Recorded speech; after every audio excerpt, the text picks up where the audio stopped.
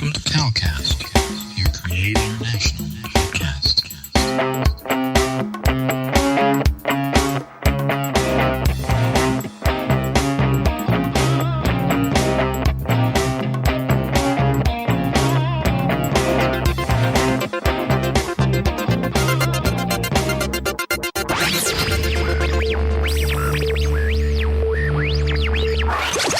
God Network News, where we give you a new perspective on events happening in our world today. This is GNN.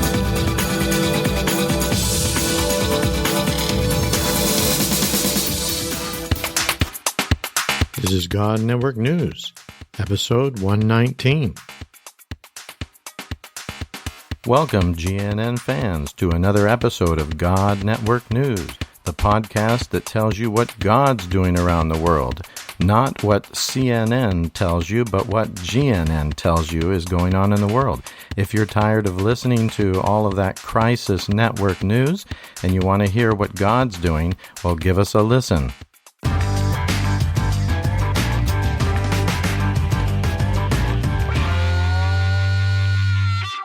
Before we get into bringing you some other exciting news stories from the field of God doing amazing miracles amongst unreached people groups, we want to thank a number of our sponsors that are regular listeners to the God Network News and Gospel Gadget podcasts. And one of these is a faithful listener by the name of Steve Baldwin. Steve has recently become what we call a Patreon partner. He joined Patreon's system to support this podcast. We have under this system a silver membership, gold membership, and platinum membership. And Steve is a platinum member. That means that he has chosen to donate on a monthly basis at least $10 a month. So this is so appreciated, and we really treasure our donors because they believe in this podcast enough to actually give. We really appreciate it. We couldn't do this without your help. So thank you, Steve Baldwin, for your faithful giving. Also, we just recently had a donation from a person by the name of Michael Raddick, and he donated $50 to the podcast. And so we're making him and Steve an executive producer of this podcast, of this particular episode. So if you do give, if you do decide to give, we have a PayPal hot link on the website that you can visit and click on there and give any amount that the Lord is leading you to help us in this podcast ministry. We do need your help. If God leads you to be a Patreon partner and to join that, you can go to their website, www.patreon.com/join/CalCast. So I'll spell that out. Patreon, patreon.com/join/CalCast, CALCAST.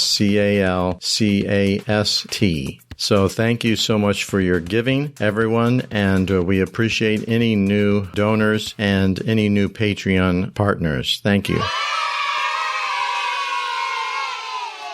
Carol and I were recently at a conference, which was a special international gathering of people from an organization that focuses specifically on sharing the gospel with Muslims around the world. And we met this wonderful brother who we'll call Jack. And Jack told us some amazing stories of his work in Indonesia. Indonesia has 300 plus different languages, 1,000 different islands in that archipelago. There's people just scattered everywhere. You have a few Christians and you have a large number of Hindus and Buddhists, as well as the vast majority being Muslim. And so this is a very strategic place for our brother and his team to be working and sharing the gospel with people from a Muslim background. And he began to share with us these stories about what God was doing. And we quickly pulled out our recorder. And even though some of the background noise might be a little bit distracting, that clears up after a little while. But it was just so exciting, the stories of what God was doing. We had to bring it to you, our God Network News listeners.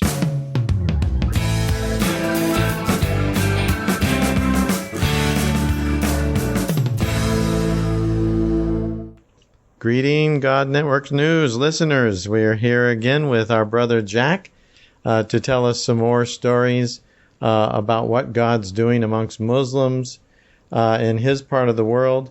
And Jack, you were mentioning something incredible. And can you tell us that story? Yeah, well, I want to start off by saying that we had a team of 6 people come visit us, a short-term team. And before they came to visit us, they were fasting and praying. And this team was particularly gifted in the power of the Holy Spirit. Right. And many of them have seen healings and deliverances and all this. And so that was why they came. They came just to pray for people and, fully expected God's Spirit would show up and do miraculous things, and that would open up some new opportunities for ministry. And it included my wife's sister. And so she had already met one of the Muslim background believers who lived in a certain neighborhood not far from where we live. And so my wife's sister asked if she could visit her and come and pray and bless her and her home and all that. And so the lady said, yeah, you can come and pray and bless my home. And so several days later, the whole team, goes into the area. It's quite a poor village, and or not a village, I should say. It's a poor area of the city that we live in. And so when they arrived, they were playing with kids, and things were going well. But the ustad was coming into the situation, and of course he didn't look extremely happy about the situation, to say the least. But my wife's sister said, hey, you, come over here, because she loves to meet people who look scary and then minister to them. And so in that moment, she called him over and said, hey, asked him a bunch of questions through the translator, of course, because none of them can speak the local language. Yeah. And so asked him several questions and got to the point where she found out he had been struggling with kidney disease. And so she prayed for him. He had actually been in the hospital and was recovering. And so she prayed for him, and he felt something happening, and he was blessed on that day. And then several weeks later, I went and visited with him as well, brought a copy of the New Testament that is in a contextual translation that is very Muslim friendly, and had a great conversation with him on several occasions, shared about salvation.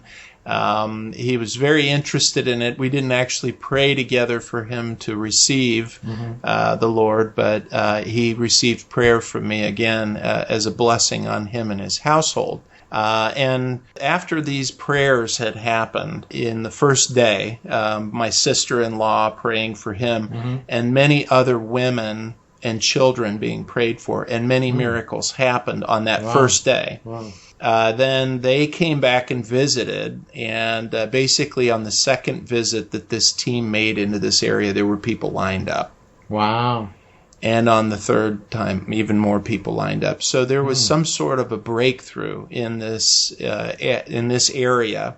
And so there were 2 ladies that were really growing in their faith, including the lady who had invited the team in. And these 2 ladies and my wife and several other teammates got in the habit of going around. This was after the short-term team had left. Got in the habit of going around from house to house, and with pre-believers and then those who had already believed, going from house to house, because they knew that God was going to do something. Yeah. So they went to, so-and-so's sick and so-and-so's depressed, and, so they were going from house to house and praying for people, and God was doing miraculous things through that ministry.